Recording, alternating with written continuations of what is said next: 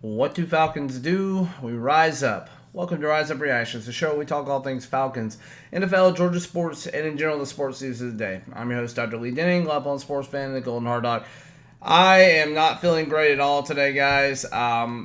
It's Thursday, though, and I feel like I gotta get this video out because we got Thursday Night Football coming out. I am gonna make this probably the most rapid prediction video that I've done. I'm not gonna be doing a lot of analysis here because I physically cannot. It's going to take all my strength just to get through this thing, and my cat is making a ton of racket in the background. But let's just go ahead and jump right into it. It was a bad week last week. Last week, I think I went 4-9, and that's about how I feel, like somebody who went 4-9 today. So that drops me down to 62 and 44 overall.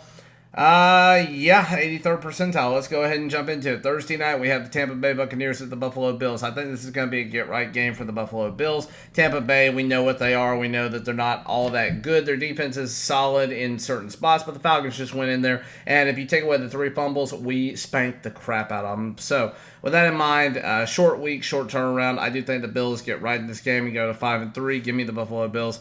Then we go to Sunday, 1 o'clock game. We got the Los Angeles Rams at the Dallas Cowboys.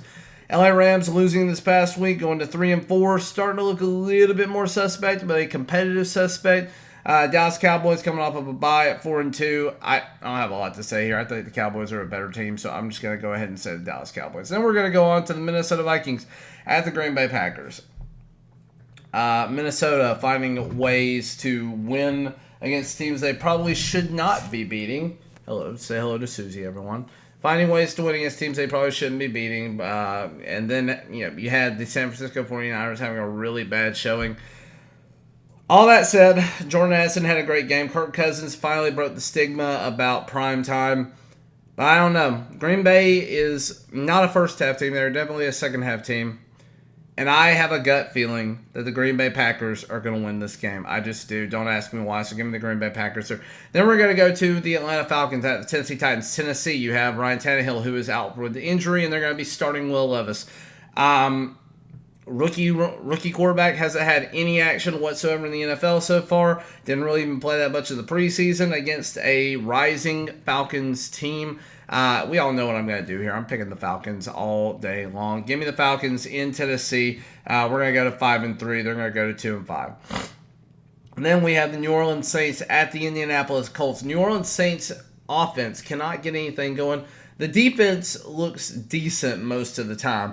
But the Indianapolis Colts playing a very competitive game against possibly the best defense in the NFL, Gardner Minshew, and then getting screwed at the end of the game. They probably should have won that game and be 4-3 right now. This is just a pure, I don't like the Saints pick because I think they may actually be a little better team. I'm going to go with the Indianapolis Colts. I don't love it. This is America is saying a true 50-50 game, so we'll see what happens.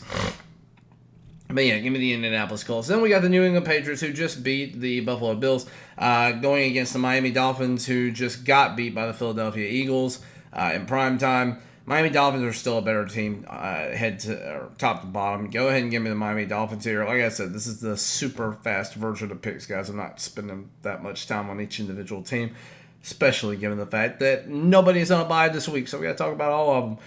Oh, Lord, then we have the New York Jets as the New York Giants. This is garbage at garbage.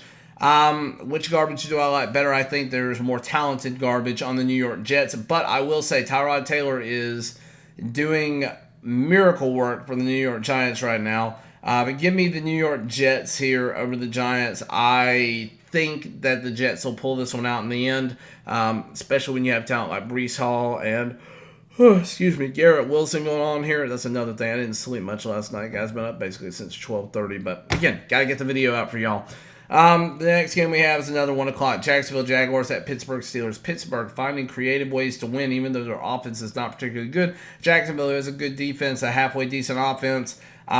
I just think that they're a better team head to toe. And again, I know it's in Pittsburgh. This is going to be a tough game. This is probably, I don't know what the over-under is on this game. I would be taking the under on it. This is probably going to be one of those games that ends up being like 20-17 in the long run.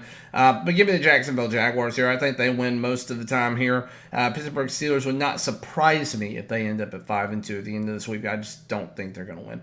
Then we have the Philadelphia Eagles at the Washington Commies. Philadelphia Eagles finally looking like a team that is bound for the NFC Championship championship and Super Bowl again against the Commies, who have played a few bad weeks in a row here.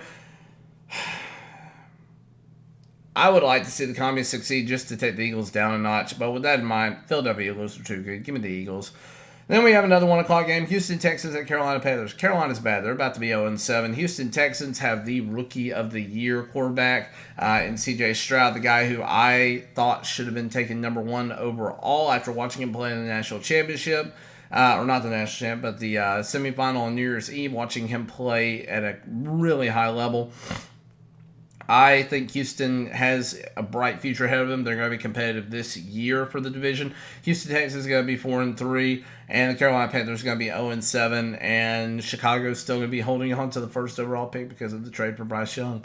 Then you have the Cleveland Browns at the Seattle Seahawks. This one is a tough one for me. Seattle found a way to win this past week. They're 4-2. Cleveland Browns are 4-2. You have a good offense versus the best defense in the league.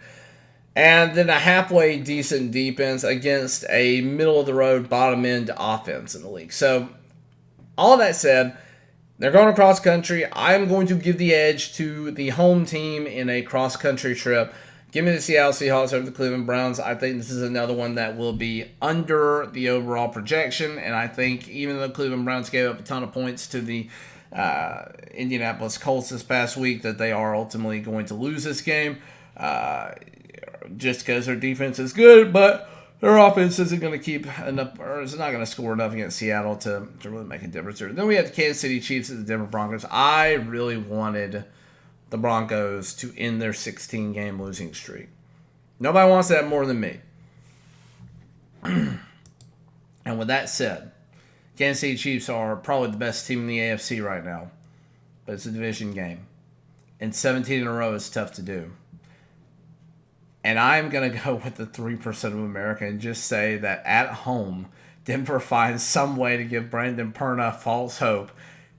And they find some way to win this game. So give me, I hate it. I do not like this pick. I think that if you're doing a money line on this, take the Kansas City Chiefs all day long. This is just a fan pick and just to say screw it.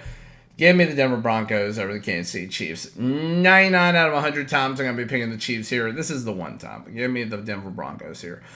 Then we have the Baltimore Ravens at the Arizona Cardinals. And as my voice gets more and more bad here, Baltimore Ravens are a good team. Arizona Cardinals are a bad team. Give me the Baltimore Ravens here. Then we have the Cincinnati Bengals at the San Francisco 49ers.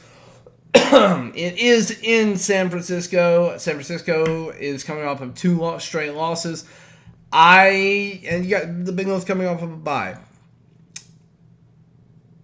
I actually am going to take the Bengals here. America thinks that it's 80% likely to be the 49ers at the time picking this. I'm going to go with the Bengals. I just think the Bengals are coming off of a bye. They're rested, and Joe Burrow was hitting his stride. I like the Bengals here as the 49ers struggle. Then we go to the Chicago Bears and LA Chargers. Chicago's still a bad team. I know they found a way to win this past week, but they are still a bad team. The LA Chargers, they need a win here. If they don't win here, then we're looking at coach firings early in the season. I don't know how this is still a primetime game. If you were to ask me, the Cincinnati Bengals at 49ers should have easily been flexed into this spot, but they didn't ask me. So the LA Chargers, I'm going to pick them over the Bears. Then we have Monday Night Football. Las Vegas Raiders at Detroit Lions. Detroit Lions, even though they got smacked by the Baltimore Ravens, you're going to have those weeks from time to time. Ultimately, I think the Detroit Lions are a better team. So, give me the Detroit Lions. And, guys, that's all I got for you. Thank you for watching, liking, sharing, subscribing. Trying to hit 500 by the end of the 2023 season.